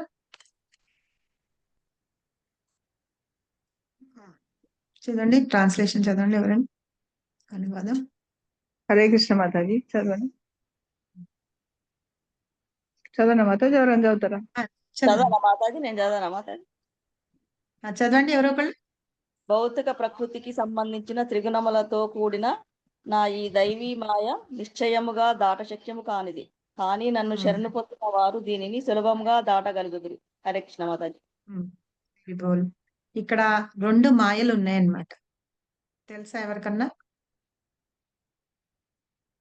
త్రిగుణం భౌతికం కాదు, చెప్పండి మాతాజీ, ఎవరైనా చెప్పండి. ఒకటి మహామాయ, ఇంకోటి యోగమాయ మాతాజీ. యోగమాయ, మహామాయ, 2 మాయలు ఉన్నాయన్నమాట. యోగమాయ ఏంటంటే ఆధ్యాత్మిక దానిలాగా పని చేస్తుంది. మహామాయ అంటే మన జీవులందరి మీద మహామాయ ఇచ్చేస్తుంది. అయినా సరే 2 కూడా భగవంతుని యొక్క మాయలే అన్నమాట. అయితే ఇక్కడ భౌతిక ప్రకృతికి సంబంధించిన త్రిగుణాలతో ఉన్న మాయ ఏంటి? అది కూడా నా మాయే, దైవీ మాయ అని చెప్తున్నారు. కాబట్టి దానిని దాటడం ఎవ్వరి వల్ల కాదు. అది ఎలా దాటగలుగుతారటంటే ఎప్పుడైతే మనం భగవంతుని యొక్క శరణ పొందుతామో అప్పుడు మాత్రమే మనం దాటగలుగుతాము అని చెప్తున్నారు. ఎప్పుడైనా సరే చూడండి, జీవుడు ఎప్పుడైతే ఈ త్రిగుణాల దానిలో పడిపోతారో సత్వ, రజ, ఇంకోదేంటి ఈ 3 గుణాలు ఉన్నాయి కదా, వాటిల్లో ఉండినప్పుడు ఏం చేస్తారంటే వాళ్ళు మాయలో పడిపోయి ఉంటారన్నమాట. ఎప్పుడైతే మనం సత్వగుణంలోకి ఎప్పుడు వస్తామంటే భగవంతుని గురించి మనం ఆయన శరణు పొందినప్పుడు. ఆయన శరణం ఎలా పొందుతాము అంటే మనం శ్రవణము, కీర్తనం ద్వారా. కీర్తనం చేయడం అంటే మనం భగవంతుడి నామాన్ని ఉచ్చరించడం ద్వారా ఆయన యొక్క కథలని, రామ రూప గుణ లీలలన్నిటిని వినడం ద్వారా మనము భగవంతుని శరణు పొందగలుగుతాం అన్నమాట. సో ఇవన్నీ కూడా నా దైవీ మాయే. కాబట్టి వాటన్నిటిని దాటడం చాలా కష్టమవుతుంది. అవి దాటాలంటే ఏం చేయాలి అంటే నన్ను శరణు పొందాలి అని చెప్తున్నారు అన్నమాట. ఈ మాయ కూడా భగవంతుడి నుంచే వచ్చిందని చెప్తూ, ఇది ఏంటంటే భగవంతుడి నుంచి వచ్చింది. ఇప్పుడు కొంతమంది ఎట్లా ఉంటారంటే భగవంతుడిని నమ్మరు. తర్వాత మళ్ళీ ఇప్పుడు మనం చాంటింగ్ చేస్తూ ఉన్నాం అనుకోండి, మాయ ఎట్లా వచ్చి అట్రాక్ట్ చేస్తుందంటే మనల్ని లాక్కొని వెళ్ళిపోతూ ఉంటుంది వెనక్కి. ఏ సినిమా పాట వినడము, ఏమన్నా విన్నాం అనుకోండి, లేకపోతే మైండ్లోకి ఏదన్నా గుర్తొచ్చేసింది అనుకోండి, ఫోన్ కాల్ వచ్చేసింది, ఏదన్నా మెసేజ్ నోటిఫికేషన్ వచ్చేసింది, ఇంక అక్కడికి వెళ్ళామంటే మళ్ళీ వెంటనే వెనక్కి రాలేమన్నమాట. ఈ మాయాదేవి ఏం చేస్తుందంటే మనల్ని భగవంతుడి వైపు వెళ్ళనీయకుండా మనల్ని అన్ని రకాలుగా అట్రాక్ట్ చేసేస్తూ ఉంటుంది అనమాట. ఆ మాయ చాలా పవర్ఫుల్ గా ఉంటుంది. దాని నుంచి ఎప్పుడైతే మనం బయటపడతాం చూసారా, అప్పుడు మనం భగవంతుని చేరగలుగుతాం. అంటే ఆయన శరణ పొందితే ఈ మాయ నుంచి మనం బయటపడగలుగుతాం అని చెప్తున్నారు అనమాట. సో భాష్యం చదవండి ఎవరైనా, వీలైతే ఫినిష్ చేద్దాము, లేకపోతే హరే కృష్ణ మాత. చదవండి. దేవాది దేవుడైన శ్రీకృష్ణునకు అసంఖ్యాకములైన దివ్య శక్తులు కలవు. జీవులన్నీయు అతని శక్తులలో భాగములైన కారణముగా మాయా భౌతిక శక్తి సంపత్కరముచే వారి అధి అయిన ఉన్నత శక్తి కప్పబడి ఉండును. ఈ విధముగా మాయాశక్తి చే కప్పబడినప్పుడు ఎవ్వరును దాని ప్రభావమును నుండి తప్పించుకున్న జాలరు. ఇది వరకే చెప్పబడినట్లు భౌతికము మరియు ఆధ్యాత్మికములైన ప్రకృతులు రెండూను శ్రీకృష్ణ భగవానుని నుండియే ఉత్పన్నమగును చున్నందున నిత్యము లేనట్టివి. జీవులు భగవనుని నిత్యమైన ఉన్నత ప్రకృతిని చెందినవారు, కానీ నూన్య శక్తి అయిన ప్రకృతి సంపత్కరముచే భౌతిక పదార్థము సంపత్కరము వారి భ్రాంతి కూడా నిత్యమగుచున్నది. కనుకనే బద్ధజీవుడు నిత్యబద్ధుడు అని చెప్పబడిచున్నాడు. అతడు ఏ సమయమున ఈ భౌతిక ప్రకృతికి బద్ధుడైనాడే చరిత్రను కనుగొనుటకు ఎవ్వరికి సాధ్యము కాదు. తత్ఫలితముగా భౌతిక ప్రకృతి న్యూన శక్తి స్వరూపమై అయినను భౌతిక ప్రకృతి బంధముల నుండి జీవి విడివాడిట మిక్కిలి కష్టము. ఎందుకనగా జీవుడు ఒక్క నిమిషం అండి. అయితే ఇక్కడ ఏం చెప్తున్నారంటే భగవంతుడికి చాలా దివ్యమైన శక్తులు ఉన్నాయి. అన్ని శక్తులతోటి ఇప్పుడు మొత్తం ఈ సృష్టి అంతా నడిచేదే భగవంతుని శక్తి మూలంగా అని మనం ఇందాక కూడా చదువుకున్నాం కదా. అలాగే మనందరం జీవులం అందరం భగవంతుని యొక్క ఉన్నతమైన శక్తి అంటే సుపీరియర్ ఎనర్జీ. ఈ భౌతిక ప్రకృతి అంతా మనం ఇన్ఫీరియర్ ఎనర్జీ అని చదువుకున్నాం, అంటే న్యూన శక్తి అని. ఈ జీవుడు ఈ ఉన్నత శక్తి ఎప్పుడైతే వచ్చి ఆ న్యూన శక్తి దానిలో పడి ఉంటాడో అప్పుడు మాయతోటి కప్పబడి ఉంటాడట జీవుడు. కాబట్టి ఏంటంటే ఆ మాయా ప్రభావం నుంచి తప్పించుకోవడం వాళ్ళకి చాలా కష్టం అయిపోతుంది అన్నమాట. ఈ ఉన్నతమైన శక్తి వచ్చి ఈ ఇన్ఫీరియర్ ఎనర్జీ తోటి సంపర్కం చెందుతుంది. అప్పుడు వాళ్ళు మాయలో పడి ఉంటారట. అది ఎప్పుడు పడ్డారు, ఎట్లా వచ్చింది అని చెప్పడము, ఆ చరిత్ర చెప్పడం చాలా కష్టంగా ఉంటుందట. అది చెప్పలేము అని కూడా చెప్తున్నారు. కాబట్టి ఏంటంటే మనము నిత్యము బద్ధులమై ఉన్నాము. అందుకనే మనం బద్ధ జీవులం అని అంటారు. అంటే ఏంటంటే వీటన్నిటితోటి బందీలం అయిపోయి ఉన్నాం కదా. మనం బయటికి రాలేకుండా బందీలం అయిపోయి ఉన్నాం. అందుకని నిత్య బద్ధులం అన్నమాట. ఇవన్నీ మనం తెంచుకోలేకపోతున్నాం. ఈ బంధాలు ఏవైతే ఉన్నాయో అవి మనం తెంచుకోలేకపోతున్నాం. కాబట్టి మనం అహంకారంలో ఉంటున్నాము. నేనే నాది అనుకుంటూ ఈ బద్ధమైన జీవితం గడుపుతూ ఉన్నాం అన్నమాట. ఇది ఎట్లాగా అంటే ఈ భౌతిక ప్రకృతి నుంచి బంధాల నుంచి మనం బయటపడాలి అంటే గనక చాలా కష్టం అవుతుంది అని. ఎప్పుడైతే మనము భగవంతుని నామాన్ని తీసుకుంటామో చేస్తామో అప్పుడు మనం వీటి నుండి బయటపడతాము అని చెప్తున్నారు. ఎందుకనగా నెక్స్ట్ చదవండి ఎవరన్నా. ఎందుకనగా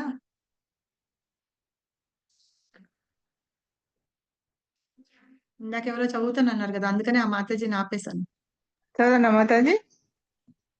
ఇంకెవరో ఎందుకనగా జీవుడు అధిగమించలేనట్టి భగవంతుని సంకల్పము అనుసరించి భౌతిక ప్రకృతి నడుచుకొనును. భౌతిక ప్రకృతి న్యూన్యమైనను భగవానితో సంబంధం కలిగి అతని సంకల్పం అనుసరించి వర్తిస్తుండుట చేత ఇక్కడ అది దివ్య ప్రకృతిగా వర్ణించబడను. భౌతిక ప్రకృతి న్యూన్యమైనను భగవంతుని దివ్య సంకల్పం అనుసరించి వర్తించుట చేత విశ్వపు సృష్టి స్థితి లయములతో అత్యద్భుతంగా వర్తించును. మాయాతు ప్రకృతి విద్యాన్ మయీనాంతు మహేశ్వరం. మాయా అసత్యము లేదా తాత్కాలికమైనను దాని వెనుక దివ్య ఇంద్రజాలకుడైన దేవాది దేవుడు కలడు. అతడే మహేశ్వరుడు మరియు దివ్య నియామకుడు అని శ్వేతాశ్వతరోపనిషత్తు 4.10 కూడా ఈ విషయంను నిర్ధారిస్తుండను. హరే కృష్ణ మాతాజీ. ఇప్పుడు అదే చెప్తున్నారు అనమాట. మనం ఇందులో ఇందులో బంధాలతోటి ఉంచిపోయి ఉన్నాం కదా, అందుకని బయటికి రాలేకపోతున్నాం. ఎప్పుడైతే జీవుడు భగవంతుని సంకల్పంతో మాత్రమే బయటికి రాగలుగుతాడు అనమాట. మనం ఇందులోంచి ఈ సంబంధంలోంచి బయటకు వచ్చినప్పుడు భగవంతుని శరణు పొందగలుగుతాము అని చెప్తూ, అది కూడా ఏంటి, అది పెద్ద దివ్య సంకల్పం అని, అది భగవానుని సంకల్పం మీదనే ఆధారపడి ఉంటుందని ఇక్కడ ఒకటి శ్వేతాశ్వతర ఉపనిషత్తులో ఒకటి చెప్తున్నారనమాట. ఈ శ్లోకం మాయ అనేది అసత్యమైనది, తాత్కాలికమైనది. అయినా సరే ఏంటంటే భగవంతుడు ఆ మాయనంతటిని భగవంతుడే ఇది చేస్తున్నమాట. ఇంద్రజాలకుడు అంటే మెజిషియన్ కదా! భగవంతుడే మెజిషియన్ అన్నమాట. ఈ మాయ అసత్యమైనా సరే భగవంతుడు మన మీదకి ఎందుకు ఉపయోగిస్తున్నారు? టెస్ట్ చేస్తున్నారన్నమాట. వీళ్ళు నా వైపుకి వస్తారా లేదా? మనం తటస్థ జీవులం గదా! నిన్న మనం చెప్పుకున్నాం. నదికి ఆ ఒడ్డు దగ్గర అక్కడ ఉన్నాం. బయటికి రావాలా? లోపలికి వెళ్ళాలా? అది మనకి టెస్ట్ అన్నమాట. సో, మనము ఆ టెస్ట్‌లో పాస్ అయ్యామనుకోండి, అప్పుడు భగవంతుని ధామానికి వెళ్తాం అన్నమాట. సో, అందుకని ఆయనని దివ్య నియామకుడు అని, ఇంద్రజాలకుడు అని అంటారన్నమాట భగవంతుడిని. సో, ఈ మాయాదేవి గూడా ఏంటంటే, భగవంతుడు చెప్పినట్టుగానే ఆవిడ కూడా పనిచేస్తుంది. కానీ మనమందరం ఏం చేస్తున్నాం? మనం మన ఇష్టం వచ్చినట్టుగా ప్రవర్తిస్తున్నాము. ఆయన ఉండమన్నట్టుగా కాకుండా అందుకని మనందరం బద్ధజీవులుగా అలాగే ఉన్నాము. ఇది మిగతాది రేపు చదువుకుందాం. అంటే వచ్చే మండే చదువుకుందాము. కావాలనే నేను మధ్యలో ఆపుతున్నాను. సో, ఎవరికన్నా డౌట్స్ ఉంటే అడగండి. సరోజ బండారి మాతాజీ హ్యాండ్ రైజ్ చేశారు ఆల్రెడీ. హరే కృష్ణ మాతాజీ ప్రణామ్. యాహ్! ఆ! మాతాజీ హ్మ్. నాకు మీరు చెప్తుంటే ఇందాకనే వచ్చిన క్వెషన్ ఇది. ఏంటంటే ఆహ్, ఇప్పుడు మాయాదేవి మనల్ని కృష్ణ నుండి దూరం చేస్తుంటది. తన డ్యూటీ అది కదా మాతాజీ. యాహ్! హ్మ్. సో, ఆహ్, అయితే ఇప్పుడు అంటే యాక్చువల్‌గా నేను ఇస్కాన్‌కి ముందు అమ్మవారిని బాగా ఇష్టపడేదనమాట. చాలా పిచ్చిగా. ఇంకా పిచ్చి అంటే హ్మ్. చాలా పిచ్చనమాట. సో, తనే నన్ను ఇక్కడికి తీసుకొచ్చింది. అది నేను ఖచ్చితంగా నమ్ముతాను. హ్మ్. ఆ! సో, ఇక్కడ మళ్ళీ ఇక్కడికొచ్చాక తనే మళ్ళీ దూరం చేస్తుంటది కదా మాతాజీ. మళ్ళీ తనే దగ్గరెందుకేసినట్టు? మిగతా వాళ్ళందరూ ఏంటంటే అవన్నీ తాత్కాలికమైనవి. మనకి చూడండి ఇప్పుడు ఎవరైనా సరే దానవులు వాళ్ళందరూ గూడా తపస్సులు అవన్నీ చేస్తారనుకోండి బ్రహ్మదేవుడికి వాళ్ళ కోసం. అవన్నీ ఎవరైనా ఇచ్చినవి ఏంటంటే అవి తాత్కాలికంవి. మనం భగవంతుడి దగ్గరికి వెళ్ళాలంటే ఎట్లా వెళ్ళాలి? ఆయన ధామానికెళ్ళాలంటే అది పర్మనెంట్. ఇంకా మళ్ళీ మనకి వెనకొచ్చే పరిస్థితి లేదనమాట. అందుకని ఏంటంటే మనం ప్యూర్ హ్మ్. గోల్డ్ లాగా తయారవ్వాలి. అవునా? గోల్డ్ హ్మ్. ప్యూర్‌గా అవ్వాలంటే ఏం చేస్తాము? దాన్ని బాగా కాచి కాల్చి హీట్ కాల్చి. చేస్తారు. అవునా? యాహ్! ఇనుము కూడా వంగాలంటే ఏం చేస్తారు? బాగా కాలుస్తారు. సో, ఇప్పుడు మనలో ఉన్న ఈ మలినాలన్నీ తొలగిపోయి, మనం ఇక్కడికొచ్చేటప్పుడు ఎలా వచ్చాము? క్లియర్ క్రిస్టల్ లాగా వచ్చాం. ఆ క్రిస్టల్ అంటే హ్మ్. ఏంటి? దాన్ని పట్టుకొని చూస్తే అక్కడ ఏముంది కనిపిస్తుంది. చూడండి ఇప్పుడు మీరు నీళ్లు గాని ప్యూరిఫైడ్ వాటర్ ఉంటాయి కదా! మినరల్ వాటర్ అవంతా. అవి ఎంత యాహ్! ప్యూర్‌గా ఉంటాయి. మీరు భూతద్దాలేసి కనివి చూసినా కూడా ఏదైనా కొంచెం చిన్న నలక అట్లా కనిపిస్తే ఏముండదు. సో, అట్లా గూడా ఉండకుండా మనం ఎలా ప్యూరిఫైడ్‌గా వచ్చామో అట్లాగే వెళ్ళాలి. సరేనా? హ్మ్. ఈ భౌతిక సంపర్కంతోటి వచ్చి మనం రకరకాలవన్నీ మనం తీసుకొనున్నాం. యాహ్! అవునా కాదా? సో, ఇవన్నీ తొలగిపోవాలి గదా! ఈ కల్మషాలన్నీ పోవాలి. అన్ని ప్రాబ్లమ్స్ అండ్ డిస్టెన్స్ అన్నీ అసలు చూయించేసి ఏమి ఉండకుండా అన్నీ మొత్తం పోయి ప్యూరిఫైడ్‌గా ఉంటేనే మనం భగవంతుని ధామానికి మళ్ళీ వెళ్ళగలుగుతాం అన్నమాట. లేదంటే మళ్ళీ ఇక్కడిక్కడే ఈ సత్యలోకం వరకు వెళ్లి ఇలా మళ్ళీ మళ్ళీ తిరిగి వస్తూ ఉంటాం. తిరిగి అందుకని వస్తాం. మాయాదేవి టెస్ట్ చేస్తూ ఉంటుందన్నమాట మనల్ని. సరేనా? ఎలా హ్మ్. అయితే 'హరిదాస్ ఠాకూర్' తెలుసు కదా మీకు? యాహ్! యాహ్! 'హరిదాస్ ఠాకూర్' హుహు. ఎంత జపం చేస్తూ ఉంటాడు. మనం ముందు ఇప్పుడు చదువుకుంటాం అంత్యలీలలో. ఎట్లా అంటే ఆయన మంచం మీద పడుకొని అంటాడట, నా నేను ఎంత హీనమైన జీవితం అంటే నాది, నీ నామాన్ని నేను పలకలేకపోతున్నాను అని అంటాడట. నువ్వు ఇన్ని అన్ని సంవత్సరాలు నువ్వు చేస్తూనే 195 ఉన్నావు. 90 వాలాస్ చేసే ఆ! ఆయనే. అది 9,00,000 నామాలు పలుకుతున్న ఆయన లాస్ట్ మొమెంట్‌లో శరీరం సహకరించదనమాట.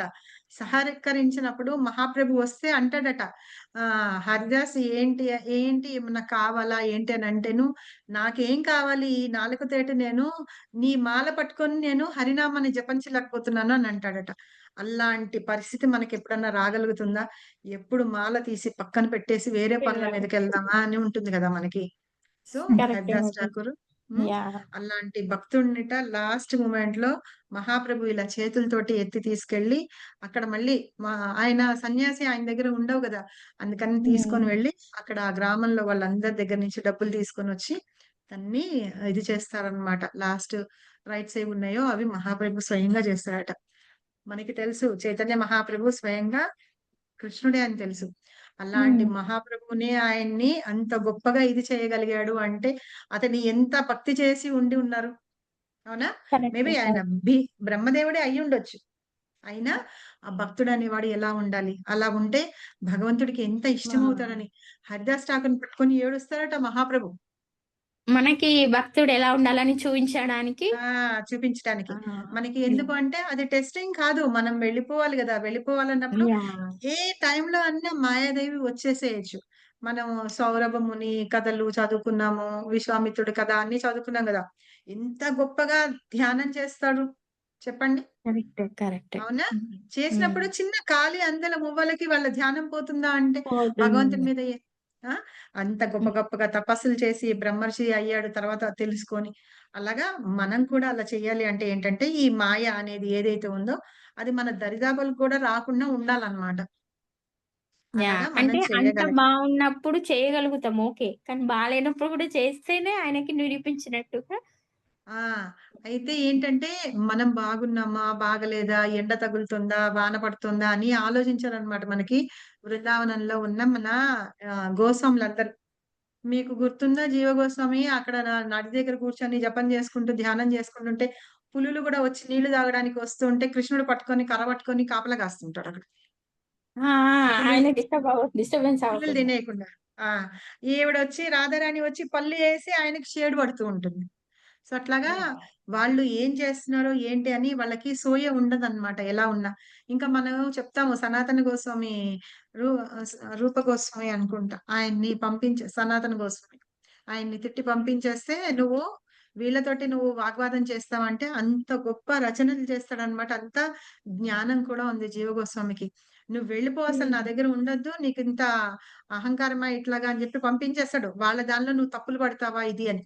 ఒక ఒక అతను వస్తే ఒక ఎవరు ఒక స్కాలర్ ఎవరో వచ్చి ఆ రచన బావుందా లేదా ఇది అనంటే ఆయన దాన్ని జూసి చెప్తాడన్నమాట.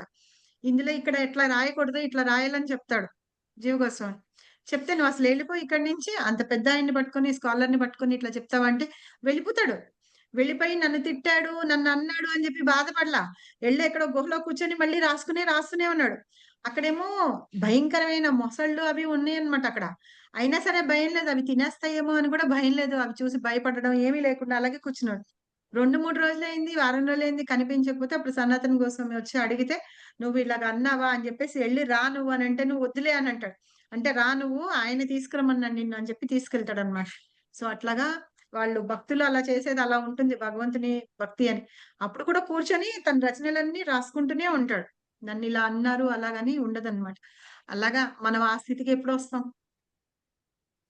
సరేనా? రాలేం గదా! సో, అందుకని ఇప్పుడు సాధన అనేది మనం అలా చేస్తూ ఉండాలన్నమాట. చేస్తూ ఉంటాం. అయితే మాయాదేవి ఎప్పటికప్పుడు టెస్ట్ చేస్తూ ఉంటుంది. నువ్వెంత ఎంత వరకు వచ్చావు? ఎంత వరకు వచ్చావు? నువ్వు ఏ డిగ్రీ వరకు వచ్చావు? ఇంకా పైకి ఎదుగుతావా? మళ్ళీ లేకపోతే ఫాల్ డౌన్ అయిపోతావా? నువ్వక్కడికి నిజంగానే కృష్ణధామానికి వెళ్ళగల ఇది నీకుందా? క్వాలిఫికేషన్ ఉందా? లేదా? డిజర్వ్ చేస్తావో అని లేదా? యాహ్! ఆవిడ నువ్వు తట్టుకోగలవా? లేదా? అని టెస్ట్ చేస్తుందన్నమాట. అది. అయితే రాధేశ్యామ్ ప్రభు ఏం జెప్తారంటే మనం ఎప్పుడైనా సరే ఆహ్, మనము భక్తి అనేది చేస్తున్నప్పుడు మనం అంత ఈజీగానే ఉంటుంది అని వచ్చేస్తూ ఉంటాం చూసారా? అలా కాదుట.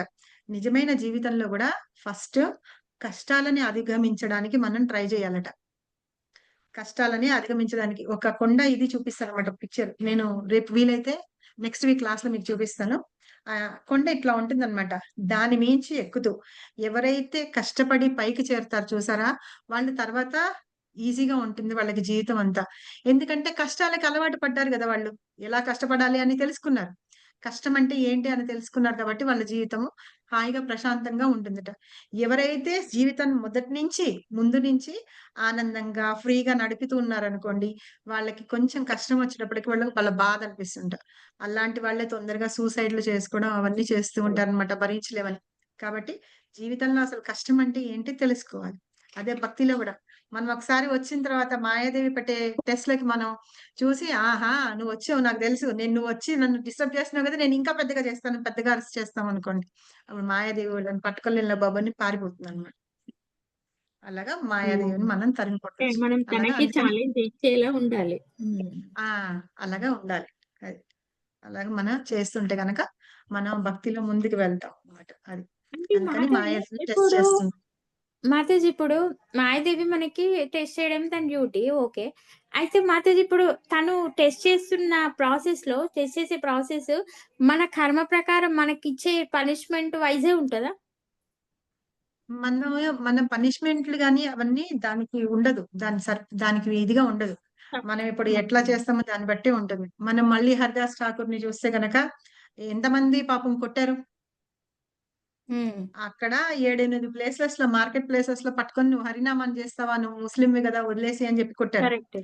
అయినా సరే వీళ్ళు కొడుతున్నార్రా బాధ భరించలేకపోతున్నానని ఆపేయలా. అయినా సరే జపం చేస్తూనే ఉన్నాడు. తర్వాత మళ్ళీ ఒక ప్రాస్టిట్యూట్‌ని పంపించారు వాళ్ళ ఊరి అధికారి. టెస్ట్ చేయడా? రామదాస్ ఖాన్ అని. టెస్ట్ చేయడానికి. తర్వాత స్వయంగా మాయాదేవి వస్తుంది టెస్ట్ చేయడానికి. రెండోసారి. అయినా కూడా ఆయన చెల్లించలేదు. మెయిన్ ఏంటంటే తెలుసా? ఎవరన్నా మనిషి అనేవాళ్ళు వాళ్ళు పడిపోవాలి అంటే ధనంతోటి గాని ఆడవాళ్ళతోటి మగవాళ్ళే అట్లాగా. తర్వాత పొజిషన్. పొజిషన్. నేను ఎంత పొజిషన్‌లో ఉన్నాను దాంతోటి అలా చూసుకుంటే గనక వాళ్ళు ఫాల్ డౌన్ ఉంటుందన్నమాట. ఆ! అవన్నీ అంటే నాకు ఫాలోవర్స్ ఎంతమందున్నారు? దాని గురించి ఎంత గొప్పగా అవి మూలంగా ఫాల్ డౌన్ అయిపోతారన్నమాట. ఇప్పుడు ధనము డబ్బుల కోసం మనం పాకులాడతామనుకోండి. అలాగే అమ్మాయిల వెనకాల పాకులాడతామనుకోండి అయిపోయింది. అందుకని మనకి 4 రెగ్యులేటివ్ ప్రిన్సిపల్స్ పెట్టారు చూడండి. కరెక్టే. నా ధనం, నా సౌందర్యం. అందుకనే మహాప్రభు అదే అన్నాడన్నమాట.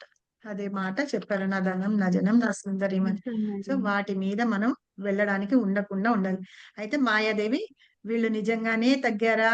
యాక్టింగ్ చేస్తున్నారా? చూస్తూ ఉంటుంది. టెస్ట్ చేయడానికి వస్తూ ఉంటుందన్నమాట మధ్య మధ్యలో. అక్కడ ప్రాస్టిట్యూట్‌ని కాదమ్మా నువ్వు ఇక్కడ ఉండు అని ఆవిడని భక్తురాలిని చేసి వెళ్ళిపోయినాడాయన. ఆవిడకి కూడా కూర్చోపెట్టి వస్తా, వస్తా, వస్తా అని. నేను రానని చెప్పలా. వస్తాను వెయిట్ చేయమని చెప్పాడు.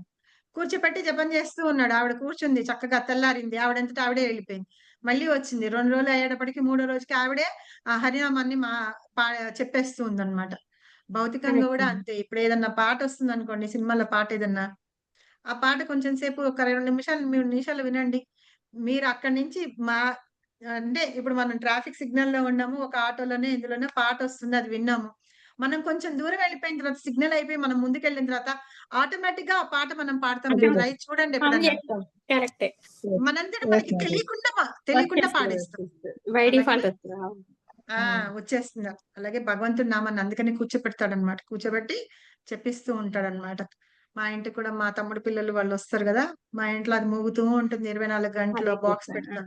అయితే వాళ్ళిద్దరు కాసేపు ఆడుకుంటారు అక్కడ నుంచొని కాసేపు వింటారు. అది ఆడుకుంటూ విని కొంతసేపయితే హరే కృష్ణ, హరే కృష్ణ అని వాళ్ళు కూడా చప్పట్లు కొడుతూ ఉంటారు. నేనంట పాడండిరా పాడండి అంట. వాళ్ళట్లా పాడుతూ ఉంటారన్నమాట. అలాగా మన కరెక్టే. మైండ్ సెట్ అట్లాగే ఉంటుంది. అందుకని హరిదాస్ ఠాకూర్ ఆవిడని కూర్చోబెట్టి చెప్పించాడు. అంతా అయిన తర్వాత ఈవిడదైతే వదిలించుకున్నాడు ఇట్లాగా. మళ్ళీ ఎట్లాగా అని చెప్పేసి మళ్ళీ ఎంత చక్కగా వర్ణిస్తారు మనం. అంత్యలీలలో చదువుకున్నాం గదా! మాయాదేవి వస్తుందన్నమాట రెండోసారి. ఎంత సుగంధాలు వెదజల్లుతూ తులసి చెట్టు ఉండి అలా వచ్చినా సరే ఆయనలో కొంచెం కూడా చలనం ఉండదు. అదనమాట. అలా టెస్ట్ చేస్తూ ఉంటుంది. అలాగే మాయాదేవి మనల్ని టెస్ట్ చేస్తుంది. వీళ్ళ సంగతి చూద్దాం ఒకసారి. ఏమన్నా బివిల్డర్ మన అయితారా అని టెస్ట్ చేస్తుంది. అలా టెస్ట్ చేస్తే చివరికి మనం లొంగిపోయినామనుకోండి, వీళ్ళు భక్తి నిజంగానే లేదు లొంగిపోతాం. లేదు మనం స్టబర్న్‌గా ఉన్నామనుకోండి, ముందుకెళ్ళిపోయి మనం భక్తిలో ముందుకెళ్ళి భగవంతుని ధామానికి వెళ్తామనమాట. అది టెస్ట్ చేస్తుంది. Yeah! Mataji. Nice answer Mataji. Thank you so much. Mataji thank you. ఈ వేష విషయంలో అంటే అక్కడ ఆ టైంలో ఇప్పుడు ఒకటంటారు చూడండి. కట్టె విరగదు పాము జావద్దు. బట్ పనవ్వాలి. అట్లా అయిపోయిందది. అవును. అయితే మేము మధ్యాహ్నం పూట చైతన్య చరితామృత చదువుతాం గదా! నిన్న మనం చదువుకున్నాం గదా! మన వాళ్ళు ఎవరెవరు ఉన్నారు? నాగచంద్రిక మాతాజీ ఉన్నారు. ఇంకెవరో ఉన్నారు. ఏం చదువుకున్నాము? ఆ మాయావాద సన్యాసులనందరిని మహాప్రభు మార్చాలి అనంటే, వాళ్ళని కూర్చోబెట్టి మీరు హరినామం చెప్పండి. చెప్పకపోతే చంపేస్తాను. భగవంతుడి నామం అలా ఏమనలా. అనలేదు. వెళ్లారక్కడ కూర్చున్నారు. మామూలుగా నాకు హిందీ తెలుసు. నేను మూర్ఖుడిని. నాకు తెలీదు. అందుకని నా గురువు ఏం చెప్పాడు నాకు, "హరినామాన్ని జయిపు నువ్వు. నీకంత జ్ఞానం లేదు కాబట్టి చెప్పమని" చెప్పాడట వాళ్ళ గురువు. అది చెప్తాడన్నమాట మహాప్రభు. చెప్పిన తర్వాత అయితే హరినామం గురించి చెప్పమని చెప్తే, నామం గురించి మంచిగా ఎక్స్‌ప్లెయిన్ చేస్తారు. చేసిన తర్వాత "నువ్వు ఇన్ని విషయాలు చెప్తున్నావు. నువ్వు నిజంగానే విష్ణుమూర్తివై ఉంటావు. నారాయణుడివై ఉంటావు" అని చెప్పేసి ఆ మాయావాద తత్వంలో వేదాంతాల గురించి ఏం చెప్పున్నాడో అది చెప్పమంటారు. అప్పుడు ఆ వేదాంతంలో ఏముంది అని చెప్తారు గానీ, మీరిలా చేస్తున్నారు గదా! వేదాంతంలో ఇట్లా వేదాంత సూత్రాల్లో ఇలా ఉంది అని చెప్పలా. దానిలో ఏముందో దాన్ని మాత్రమే చెప్పారనమాట. చెప్పేటప్పటికి వాళ్ళందరికీ నోళ్ళిలా తెరుచుకొని ఆశ్చర్యపోతారట మహాప్రభు చెప్పిన వేదాంత సూత్రాల వివరణ వినేటప్పటికి. అయితే తర్వాత రాస్తారనమాట. ఏంటంటే ఎవరికన్నా ప్రీచింగ్ చెయ్యాలి అంటే, వాళ్ళని భక్తులుగా మార్చాలి అంటే, మహాప్రభు ఎలా చెయ్యాలి అని జెప్పేసి ఆయన చేసి మనకి చూపించారు. ఆయనని ఎవరైనా ప్రీచర్స్ కావాలి అంటే, ఎవరినన్నా మార్చాలి అంటే ఇది ఉపమానంగా తీసుకొని చెయ్యాలి అని జెప్పారనమాట. సో, అట్లాగా మనము ఎవరిని పట్టుకొని టీచర్లు కొడతారు, చేస్తారు. ఎవ్వరు వింటారు? ఏవో అని ఎళ్ళిపోతారు. దీనికంటే హాయిగా నా బతుకు నాకే బావుంది అని చెప్పి అనుకుంటా. అలా కాదనమాట భక్తి అంటే. ఇగ మహాప్రభు చెప్పారు. ఎవ్వరిని తిట్టలేదు, ఏమి చేయలా. మొత్తం వారణాసి మొత్తాన్ని మాయావాదుల నుంచి మార్చేసి అందరూ భక్తులయిపోయారనమాట భగవంతుడు. మహాప్రభువుని కనిపిస్తే కృష్ణ కృష్ణ అంటారు. హరి హరి అంటూ ఉంటారనమాట వాళ్ళందరూ. అలాగ మొత్తం వారణాసి అంతటిని మార్చేస్తారనమాట మహాప్రభు. సో, అలాగ చెయ్యాలి. అది ఉపమానంగా చెప్తారనమాట. సాఫ్ట్‌గానే ఇంపాక్ట్ ఉండేలా మాట్లాడాలి. అంతే. నేను అంతే. కూడా ఒకసారి గీతాంజలి మాతాజీతో అదే చెప్పినాను మాతాజీ. మీరు ఇట్లా ఇట్లా ఉంటారు అని అంటే చెయ్యండి అని చెప్తే ఎవరు వినరు. వినరు. మనము అంటే